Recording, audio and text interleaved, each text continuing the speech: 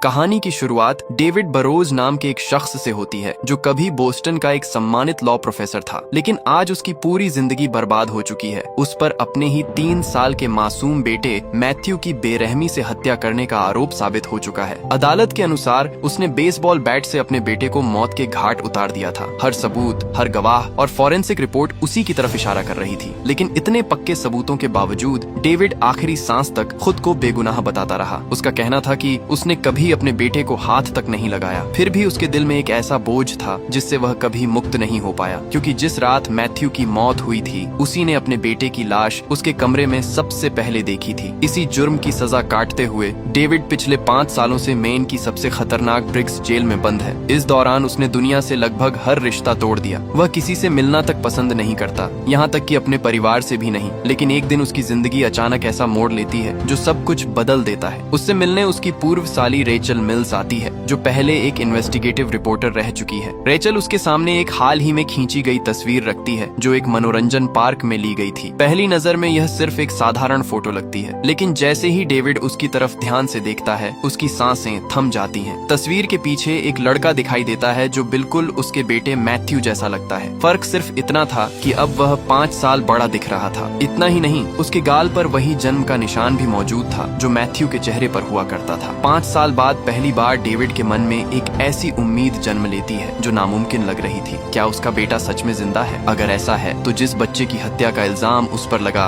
वह आखिर था कौन? उसी पल डेविड एक फैसला कर लेता है कि चाहे कुछ भी हो जाए वह अपने बेटे को ढूंढ कर रहेगा और इस पूरे रहस्य से पर्दा उठा कर रहेगा। लेकिन इससे पहले कि रेचल उसे पूरी बात बता पाती, जेल का गार्ड वेसन अचानक वहाँ पहुँच जाता है और डेविड को जबरदस्ती वहाँ से ले जाता है। हैरानी की बात यह थी कि डेविड को ले जाते समय वेसन चुपके से किसी को यह खबर भी दे देता है कि रेचल उससे मिलने आई थी। ऐसा लग रहा था जैसे जेल के अंदर भी कोई हर गतिविधि पर नजर रखे हुए था। इसके बाद डेविड पूरी बात जेल के वार्डन फिलिप मैकेंजी को बताता है, जो उसके परिवार का पुराना दोस्त भी है। फोटो देखने के बाद फिलिप के मन में भी शक पैदा होने लगता है कि शायद डेविड सच बोल रहा है और मैथ्यू वाकई जिंदा हो सकता है। सच्चाई जानने के लिए वह डेविड के पिता लेनी बरोज से पुराने केस की पूरी फाइल मंगवाता है। लेनी खुद एक रिटायर्ड पुलिस ऑफिसर है। शुरुआत में उन्हें इस बात पर यकीन नहीं होता कि उनका पोता जिंदा हो सकता है, लेकिन फिर भी वह पूरी केस फाइल चोरी छिपे एक गार्ड के जरिए डेविड तक पहुंचा देते हैं। उधर दूसरी तरफ डेविड की पूर्व पत्नी शेरिल अब अपनी जिंदगी में आगे बढ़ चुकी थी। उसने दूसरी शादी कर ली थी और अब वह एक बेटी की मां बनने वाली थी। रेचल उससे मिलने जाती है ताकि उसे फोटो के बारे में बता सके, लेकिन जब वह अपनी बहन को इतने सालों बाद पहली बार खुश देखती है तो उसके कदम रुक जाते हैं। वह सोचती है कि अगर यह खबर झूठ निकली तो उसकी बहन की जिंदगी एक बार फिर टूट जाएगी। इसीलिए वह फिलहाल यह राज अपने सीने में ही दबा कर रख लेती है। इसी बीच जेल के अंदर डेविड की जिंदगी अचानक खतरे में पड़ जाती है। समनर नाम का एक कैदी जानबूझकर उससे झगड़ा शुरू कर देता है और उसे मारने की कोशिश करता है, लेकिन अब डेविड के पास जीने की एक वजह थी, इसलिए वह पूरी ताकत से मुकाबला करता है और समनर को बुरी तरह पीट देता है। तभी वेसन और बाकी गार्ड्स वहां पहुंचकर लड़ाई रोक देते हैं, लेकिन इस पूरी घटना में डेविड एक बेहद डरावनी बात नोटिस करता है। उसे महसूस होता है कि वेसन ने जानबूझकर समनर को उस पर हमला करने दिया था, मानो दोनों पहले से मिले हुए हों और उनका मकसद सिर्फ एक था, डेविड को हमेशा के लिए खत्म करना। अब डेविड पुराने केस की हर फाइल को ध्यान से पढ़ना शुरू करता है। धीरे धीरे उसे जांच में कई बड़ी खामियां दिखाई देने लगती हैं। उसे यकीन हो जाता है कि उसके खिलाफ झूठी गवाही दी गई थी, इसलिए वह रेचल से एक महिला गवाह हिल्डा विंसलो का पता लगाने को कहता है, जिसने अदालत में उसके खिलाफ बयान दिया था। डेविड को पूरा विश्वास था कि जिसने मैथ्यू को गायब किया उसी ने हिल्डा को भी झूठ बोलने पर मजबूर किया था, लेकिन उसी रात हालात और भी खतरनाक हो जाते हैं। वेसन चुपके से डेविड को उसकी सेल से बाहर निकालकर जेल के एक सुनसान हिस्से में ले जाता है। वहाँ उसका इरादा साफ था, डेविड को हमेशा के लिए मौत के घाट उतार देना। लेकिन ऐन वक्त पर डेविड उसके हमले से बच निकलता है और जोर जोर से मदद के लिए चिल्लाते हुए भागने लगता है। भागते हुए वह वेसन से पूछता है कि आखिर वह उसे क्यों मारना चाहता है। तब वेसन ऐसी बात कह देता है जो पूरे मामले को और भी रहस्यमय बना देती है। वह कहता है कि उसके पास कोई और रास्ता नहीं है, क्योंकि डेविड ने उनका पैसा ले लिया था, लेकिन लेकिन इससे पहले कि वह पूरी सच्चाई बता पाता, पीछे से एक दूसरा गार्ड आता है और डेविड के सिर पर जोरदार वार करके उसे बेहोश कर देता है। अगली सुबह जब डेविड की आंख खुलती है तब उसे एक बात पूरी तरह समझ आ जाती है। कोई बहुत ताकतवर इंसान हर कीमत पर उसे इस जेल के अंदर दफन रखना चाहता है, क्योंकि अगर वह बाहर निकल गया तो कई ऐसे राज सामने आ जाएंगे जो सालों से छिपाए गए हैं। कुछ देर बाद वार्डन फिलिप उससे मिलने आता है और एक बेहद अहम बात बताता है। वह कहता है कि डेविड पर जितने भी हमले हुए हैं उन सब की शुरुआत उसी दिन से हुई जब रेचल उसे वह रहस्यमयी तस्वीर दिखाकर गई थी। अब फिलिप को भी पूरा यकीन होने लगा था कि मैथ्यू सच में जिंदा है और जिसने सालों पहले उसका अपहरण किया था उसके पास इतनी ताकत और पैसा है कि वह जेल के गार्ड्स और कैदियों तक को खरीद सकता है, सिर्फ इसलिए ताकि डेविड कभी सच तक न पहुंच सके और अपने बेटे की तलाश शुरू ही न कर पाए। इसके बाद वार्डन फिलिप एक बेहद खतरनाक लेकिन शानदार प्लान तैयार करता है। इस मिशन में उसका साथ देता है उसका बेटा एडम मैकेंजी, जो बोस्टन पुलिस में एक सार्जेंट है और डेविड का सबसे अच्छा दोस्त भी। अब इन दोनों का सिर्फ एक ही मकसद था,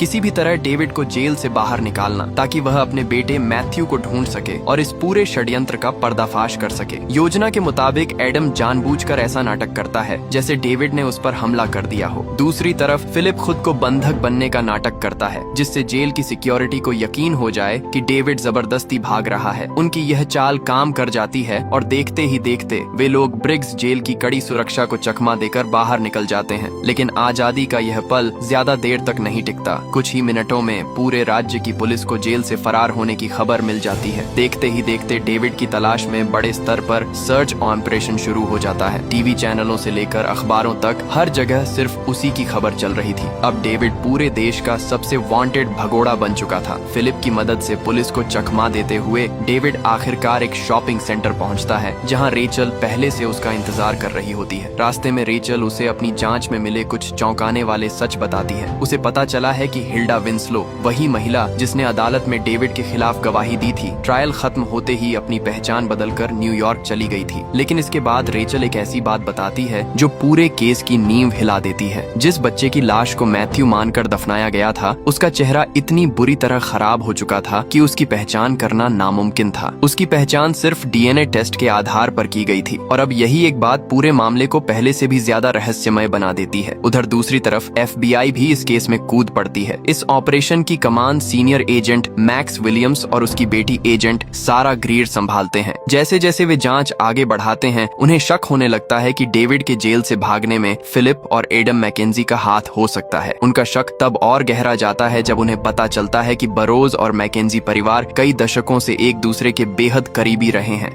इतना ही नहीं, पिछले 5 सालों में डेविड से मिलने आने वाली इकलौती इंसान उसकी पूर्व साली रेचल थी। जब एफबीआई जेल की सीसीटीवी रिकॉर्डिंग निकलवाती है तो पता चलता है कि रेचल और डेविड की मुलाकात वाली फुटेज कुछ घंटे पहले ही सिस्टम से डिलीट कर दी गई थी। अब साफ था कि कोई बहुत ताकतवर व्यक्ति सबूत मिटाने में लगा हुआ है। इसी बीच एफबीआई को गार्ड वेसन का पता मिलता है और वे उसकी तलाश में निकल पड़ते हैं। लेकिन डेविड उनसे पहले ही वेसन तक पहुंच चुका था। अपनी जान के डर से वेसन पहले ही अपनी पत्नी और बेटी को किसी सुरक्षित जगह भेज चुका था। वह जानता था कि जिन लोगों के लिए वह काम कर रहा था वे किसी को भी जिंदा नहीं छोड़ते। डेविड सीधे उससे सवाल करता है कि आखिर मैथ्यू के गायब होने के पीछे कौन है। वेसन बताता है कि उसे सिर्फ जेल के अंदर डेविड पर नजर रखने के पैसे मिलते थे। सब कुछ सामान्य चल रहा था, लेकिन जैसे ही रेचल वह फोटो लेकर आई, हालात पूरी तरह बदल गए। वह यह भी चेतावनी देता है कि इस पूरे खेल के पीछे बेहद ताकतवर लोग हैं जो अपने राज्य छिपाने के लिए किसी भी हद तक जा सकते हैं। डेविड उससे सच बोलने और अपने बेटे तक पहुंचने में मदद करने की गुहार लगाता है, लेकिन वेसन साफ इनकार कर देता है। उसका कहना था कि अब सिर्फ डेविड ही नहीं बल्कि उसका अपना परिवार भी इस खतरनाक जाल में फंस चुका है। तभी अचानक रेचल को घर के अंदर से गोली चलने की आवाज आती है। रेचल तुरंत दौड़ कर आती है और डेविड से बिना देर किए वहां से निकलने को कहती है। अगले ही पल एफबीआई की एजेंट सारा अपनी टीम के साथ वहां पहुंच जाती है। दूसरी तरफ मैक्स को जेल के एक कैदी से पता चलता है कि जिस रात डेविड पर हमला हुआ था, उस रात वेसन ने उसकी सेल अपने निजी इमरजेंसी की से खोली थी।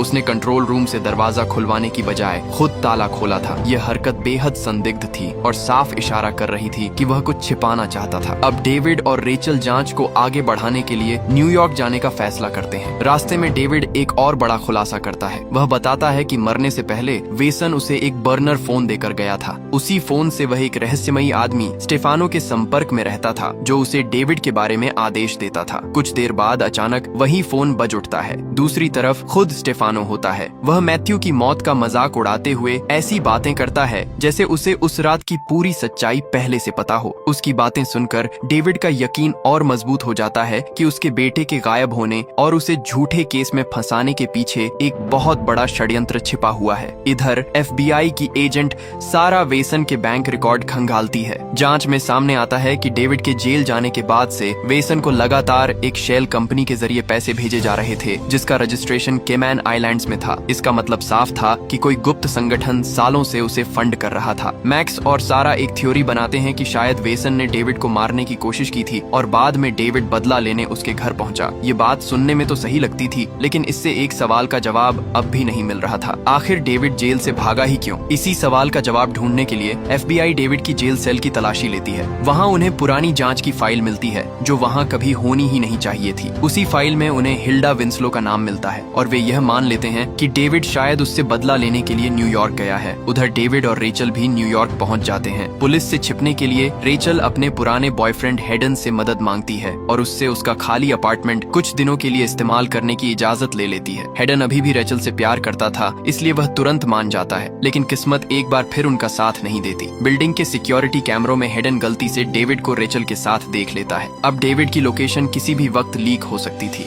इसी दौरान स्टेफानो, जो बाद में एक भ्रष्ट पुलिस अधिकारी निकलता है, चुपके से शेरिल के घर में घुस जाता है। वह किसी ऐसी चीज की तलाश कर रहा था जिसका संबंध इस पुराने केस से था। तभी उसके फोन पर किसी का कॉल आता है। सामने वाला उसे कुछ आदेश देता है और स्टेफानो बिना एक भी सवाल किए तुरंत उसे मान लेता है। इससे साफ पता चलता है कि असली खिलाड़ी कोई और है, जिसके इशारों पर सब लोग काम कर रहे हैं। उधर आधी रात को एडम के फोन पर एक रहस्यमयी मैसेज आता है। मैसेज पढ़ते ही वह बिना समय गंवाए सीधे कब्रिस्तान पहुंच जाता है। वहां पहुंचकर वह मैथ्यू की कब्र खोदना शुरू कर देता है। ये देखकर साफ समझ आ जाता है कि इस कब्र के नीचे सिर्फ एक लाश नहीं बल्कि सालों पुरा एक ऐसा राज दफन है जो पूरी कहानी बदल सकता है। इसके बाद कहानी हमें कुछ साल पीछे ले जाती है, जब डेविड अपने परिवार के साथ बेहद खुशहाल जिंदगी जी रहा था। वहाँ फिलिप, एडम, रेचल और उसका उस समय का बॉयफ्रेंड हेडन भी मौजूद थे। सब कुछ सामान्य लग रहा था। तभी रेचल एक ऐसे आदमी की तरफ इशारा करती है जो दूर खड़ा उन्हें लगातार देख रहा था। एडम बताता है कि उसका नाम स्कंक है, जो कभी उनका स्कूलमेट था लेकिन अब एक खतरनाक गैंगस्टर बन चुका है। और ठीक इसी समय वर्तमान में FBI का एक एजेंट शेरिल के घर पहुंचता है और उसे बताता है कि डेविड के जेल से भागने से कुछ दिन पहले रेचल उससे मिलने जेल गई थी। ये बात सुनते ही शेरिल के चेहरे का सुकून गायब हो जाता है, क्योंकि उसे एहसास होने लगता है कि शायद उसके बेटे की मौत की कहानी अभी खत्म नहीं हुई है। FBI का एजेंट शेरिल से कहता है कि अगर रेचल या डेविड उससे संपर्क करें या फिर उन्हें लेकर कोई भी जानकारी मिले तो वह तुरंत FBI को खबर दे। अब हर किसी की नजर सिर्फ डेविड पर थी। इसी बीच फिलिप डेविड के पिता लेनी और उसकी बहन सोफी से मिलने पहुंचता है। वहां वह उन्हें बताता है कि रेचल ने डेविड को एक ऐसी तस्वीर दिखाई है जिससे लगता है कि मैथ्यू अभी भी जिंदा है। इतना ही नहीं, उस तस्वीर को देखने के बाद से ही लगातार डेविड को मारने की कोशिश की जा रही है। फिलिप के मुताबिक इसका सिर्फ एक ही मतलब था। कोई बहुत ताकतवर इंसान हर हाल में चाहता है कि डेविड कभी अपने बेटे की सच्चाई तक न पहुंच पाए। इसके बाद फिलिप और लेनी सोफी के सामने एक ऐसा राज खोलते हैं जिसे उन्होंने 5 सालों तक छिपा कर रखा था। वे बताते हैं कि उन्होंने ही उस बेसबॉल बैट को जमीन में दफनाया था जिसे पुलिस ने हत्या का हथियार बताया था। उस समय दोनों को यकीन था कि डेविड अपनी नींद में आने वाले भयानक दौरे के दौरान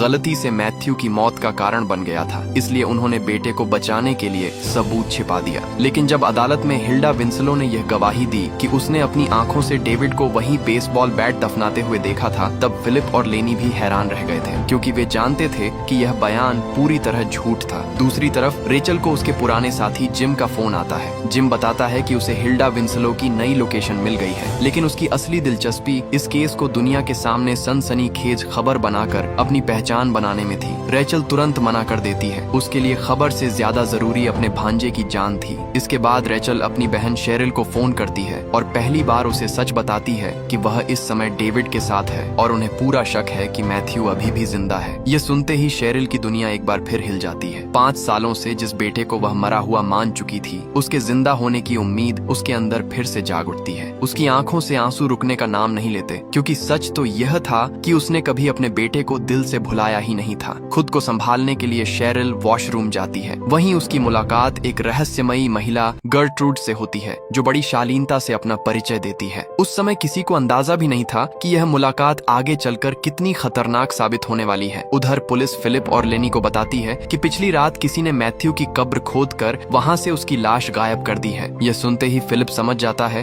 कि ऐसा सिर्फ एक ही इंसान कर सकता था और वो था एडम। इधर एफबीआई के मैक्स और सारा डेविड को पकड़ने के लिए नई योजना बनाते हैं। उन्हें यकीन था कि जैसे ही डेविड को हिल्डा की नई पहचान और पता मिलेगा वह सीधे उसी के पास जाएगा। एफबीआई धीरे धीरे उनके करीब पहुंच रही थी। ये समझते ही रेचल एक बड़ा फैसला लेती है। वह अपना फोन डेविड को दे देती है और जानबूझकर खुद पुलिस के हाथों गिरफ्तार हो जाती है ताकि एफबीआई का पूरा ध्यान उसी पर चला जाए और डेविड आराम से हिल्डा तक पहुंच सके। पूछताछ के दौरान रेचल शुरू में कुछ भी बताने से इनकार कर देती है, लेकिन जब मैक्स उसे फरार कैदी की मदद करने के आरोप में जेल भेजने की धमकी देता है तब वह सिर्फ इतना स्वीकार करती है कि वह हिल्डा विंसलो की तलाश कर रही थी। लेकिन तभी मैक्स को एहसास हो जाता है कि रेचल जानबूझकर समय बर्बाद कर रही है ताकि डेविड उनसे पहले हिल्डा तक पहुंच जाए, और ठीक ऐसा ही होता है। रेचल की कुर्बानी की वजह से डेविड चुपचाप हिल्डा के अपार्टमेंट में पहुंच जाता है। अब बंदूक की नोक पर हिल्डा आखिरकार 5 साल पुराना सच उगल देती है। वह बताती है कि उसे स्कंक नाम के अपराधी ने झूठी गवाही देने पर मजबूर किया था। स्कंक बोस्टन के खतरनाक माफिया बॉस निक्की फिशर का सबसे भरोसेमंद आदमी था। उसने हिल्डा को धमकी दी थी कि अगर उसने अदालत में झूठ नहीं बोला तो उसके परिवार को मार दिया जाएगा। साथ ही उसने उसकी बेटी का जुए का कर्ज चुकाने का लालच भी दिया था। बदले में उसे सिर्फ इतना कहना था कि उसने डेविड को बेसबॉल बैट दफनाते हुए देखा था। सारी सच्चाई बताने के बाद हिल्डा डेविड को वहां से भागने में भी मदद करती है ताकि एफबीआई उसे पकड़ न सके। लेकिन जैसे ही डेविड वहां से निकलता है हिल्डा चुपके से स्कंक को फोन करके बता देती है कि डेविड उसके पास आया था और उसने सब कुछ कबूल कर लिया है। स्कंक उसे चुप रहने का आदेश देता है और कहता है कि वह खुद उससे मिलने आ रहा है। उधर एफबीआई एजेंट सारा डेविड का पीछा करते करते इमारतों की छतों तक पहुंच जाती है। आखिरकार वह उसे चारों तरफ से घेर लेती है। ऐसा लगता है कि अब डेविड का बचना नामुमकिन है, लेकिन तभी वह ऐसा कदम उठाता है जिसकी किसी ने कल्पना भी नहीं की थी। वह ऊंची इमारत की छत से छलांग लगा देता है और नीचे गुजर रहे एक ट्रक की छत पर जाकर गिरता है। ट्रक आगे बढ़ जाता है और डेविड एक बार फिर एफबीआई की आंखों के सामने से गायब हो जाता है। इधर फिलिप और लेनी एडम से मैथ्यू की लाश के बारे में सवाल करते हैं। तब एडम बताता है कि उसने पिछली रात कब्र इसलिए खोदी थी ताकि नया डीएनए सैंपल लेकर डेविड की बेगुनाही साबित कर सके। लेकिन जब ताबूत खोला गया तो उसके अंदर कोई लाश थी ही नहीं। ऐसा लग रहा था जैसे कई साल पहले ही किसी ने लोहे की रॉड से ताबूत खोलकर शव चुरा लिया हो। यह सुनकर फिलिप, लेनी और एडम तीनों के पैरों तले जमीन खिसक जाती है। अब उन्हें यकीन हो जाता है कि यह सिर्फ एक गलत जांच नहीं थी बल्कि कई सालों से रचा गया बहुत बड़ा षड्यंत्र था। इसके बाद तीनों शुरुआत से पूरे केस की दोबारा जांच करने का फैसला करते हैं। उधर शेरिल एक चैरिटी फंड रेजिंग कार्यक्रम में भाषण दे रही होती है। कार्यक्रम खत्म होने के बाद उसका नया पति रोनाल्ड उसकी मुलाकात उसी अमीर महिला गर्ट्रूड से करवाता है जो उनकी संस्था को बड़ी रकम दान देती है। बाहर से देखने पर गर्ट्रूड बेहद नेक और सम्मानित महिला लगती थी, लेकिन सच्चाई कुछ और ही थी। बाद में पता चलता है कि गर्ट्रूड भी स्टेफानो के साथ मिलकर उसी खतरनाक नेटवर्क का हिस्सा है जो सालों से डेविड का पीछा कर रहा है। स्टेफानो उसे बताता है कि रेचल के पास अभी भी वह तस्वीर मौजूद है जिसमें मैथ्यू जैसा दिखने वाला लड़का दिखाई देता है और इस समय रेचल एफबीआई की हिरासत में है। इसके बाद कहानी अचानक एक समुद्र किनारे पहुंचती है। वहां एक छोटा लड़का खुशी खुशी खेल रहा होता है। तभी एक महिला उसे थियो कहकर आवाज लगाती है। लड़का तुरंत उसकी तरफ दौड़ पड़ता है, लेकिन यह कोई साधारण बच्चा नहीं बल्कि यही असली मैथ्यू बरोज है जो अब एक नई पहचान और नई जिंदगी जी रहा है। उधर डेविड किसी तरह बचकर फिर से हेडन के अपार्टमेंट में छिप जाता है।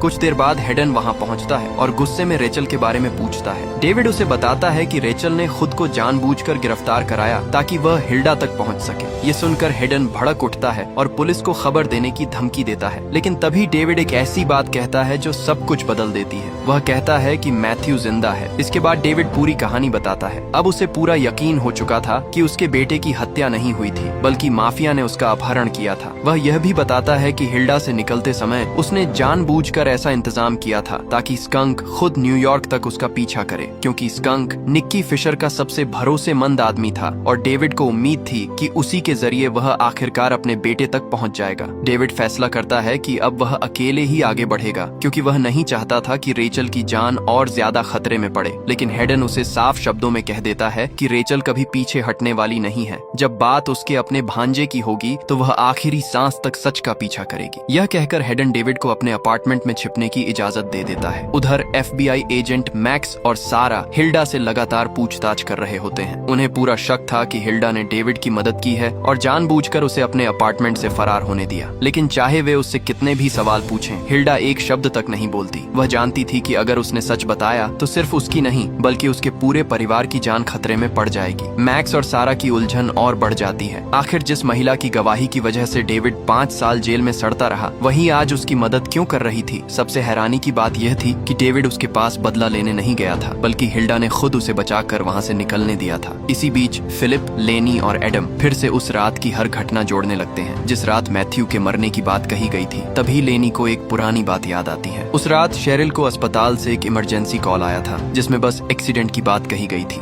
लेकिन पूरी केस फाइल में कहीं भी उस बस हादसे का कोई रिकॉर्ड मौजूद नहीं था। एडम तुरंत जांच करवाता है और जो सच सामने आता है वह सबको हिला देता है। उस रात सिर्फ उस इलाके में ही नहीं बल्कि पूरे बोस्टन में कहीं भी कोई बस एक्सीडेंट हुआ ही नहीं था। यानी शेरिल को घर से बाहर बुलाने के लिए झूठ बोला गया था। सबसे चौंकाने वाली बात यह थी कि यह झूठ किसी और ने नहीं बल्कि रोनाल्ड ने बोला था, जो उस समय शेरिल का बॉस था और आज उसका पति बन चुका था। उसने नकली इमरजेंसी कॉल करके शेरिल को घर से दूर भेज दिया था, ठीक उसी रात जब मैथ्यू रहस्यमय तरीके से गायब हुआ था। यह बात पता चलते ही लेनी सीधे अस्पताल पहुंचकर रोनाल्ड का सामना करने जाता है, लेकिन वहां उसकी मुलाकात शेरिल से हो जाती है। लेनी उसे सारी सच्चाई बता देता है और रोनाल्ड के झूठ का भी खुलासा करता है। शुरुआत में शेरिल को इस बात पर बिल्कुल विश्वास नहीं होता। उसे लगता है कि लेनी उसके पति पर बेवजह शक कर रहा है, क्योंकि रोनाल्ड ने पहले ही उसे समझा दिया था कि बस हादसे के मरीजों को दूसरे अस्पताल भेज दिया गया था। उस समय यह बात बिल्कुल सामान्य लगी थी, लेकिन जैसे ही लेनी वहां से चला जाता है, शेरिल के मन में भी शक पैदा होने लगता है। वह तुरंत रोनाल्ड को फोन करती है, लेकिन वह उसकी एक भी कॉल का जवाब नहीं देता। उधर डेविड और हिल्डा पहले से तय की गई जगह पर मिलने की तैयारी करते हैं। हेडन खुद उसे वहां छोड़ने के लिए तैयार हो जाता है और एहतियात के तौर पर अपना पिस्टल भी उसे दे देता है। इसी दौरान सारा रेचल का सामान खंगालते हुए उसके बैग में रखी वही रहस्यमयी तस्वीर देखती है। उसे अजीब लगता है कि उस फोटो में न तो रेचल है, न उसका परिवार और न ही डेविड। वह रेचल से बार बार पूछती है कि आखिर इस तस्वीर का मतलब क्या है, लेकिन रेचल हर सवाल पर चुप रहती है। वह किसी भी कीमत पर डेविड की जांच को खतरे में नहीं डालना चाहती थी। कुछ समय बाद हेडन अपने प्रभाव और पैसों का इस्तेमाल करके रेचल की $10 लाख की जमानत भर देता है। अब रेचल फिर से आजाद थी और डेविड की मदद करने के लिए वापस लौट आती है। जैसा डेविड ने सोचा था वैसा ही होता है। स्कंक आखिरकार वॉशिंगटन स्क्वायर पार्क में हिल्डा से मिलने पहुंच जाता है, लेकिन इससे पहले कि दोनों बात कर पाते, डेविड सामने आ जाता है और उसका रास्ता रोक लेता है। स्कंक बिना एक पल गंवाए हिल्डा को गोली मारकर हमेशा के लिए चुप करा देता है। इसके बाद डेविड और स्कंक के बीच जबरदस्त हाथापाई शुरू हो जाती है। लड़ाई के दौरान डेविड के हाथ से गलती से गोली चल जाती है, जबकि स्कंक वहां से भाग निकलता है। डेविड उसका पीछा करता है और कुछ दूर जाकर उसे घायल हालत में पकड़ लेता है। यही मौका था जिसका उसे इंतजार था। वह स्कंक को एक सुनसान इमारत में ले जाकर उससे अपने बेटे के बारे में सच्चाई उगलवाने की कोशिश करता है। दूसरी तरफ जब मैक्स और सारा मौके पर पहुंचते हैं तो उन्हें पता चलता है कि स्कंक ने हिल्डा की हत्या की और फिर खुद वहां से भाग गया। ये बात उन्हें भी अजीब लगती है, क्योंकि अगर स्कंक इतना निर्दयी था कि एक बुजुर्ग महिला को मार सकता है तो उसने डेविड को उसी समय क्यों नहीं मारा। सुनसान इमारत में डेविड स्कंक से बेरहमी से पूछताछ करता है। आखिरकार स्कंक एक ऐसा सुराग देता है जो पूरी कहानी की दिशा बदल देता है। वह मैथ्यू के अपहरण की असली वजह तो नहीं बताता, लेकिन इतना जरूर कहता है कि अगर सच जानना है तो अपने पिता लेनी से पूछो कि निक्की फिशर आखिर मैथ्यू को क्यों चाहता था। लेकिन इससे पहले कि डेविड उससे और जानकारी निकाल पाता, FBI वहां पहुंच जाती है। एक बार फिर ऐसा लगता है कि अब डेविड बच नहीं पाएगा, लेकिन रेचल और हेडन की मदद से वह आखिरी क्षण में फिर पुलिस की पकड़ से निकल जाता है। यहीं पर फिल्म का पहला पार्ट खत्म होता है। लेकिन अब सबसे बड़ा सवाल यही था, अगर मैथ्यू सच में जिंदा है तो आखिर उसे 5 साल तक दुनिया से छिपाकर किसने रखा। अगर नेक्स्ट पार्ट देखना है तो कमेंट करना मत भूलना।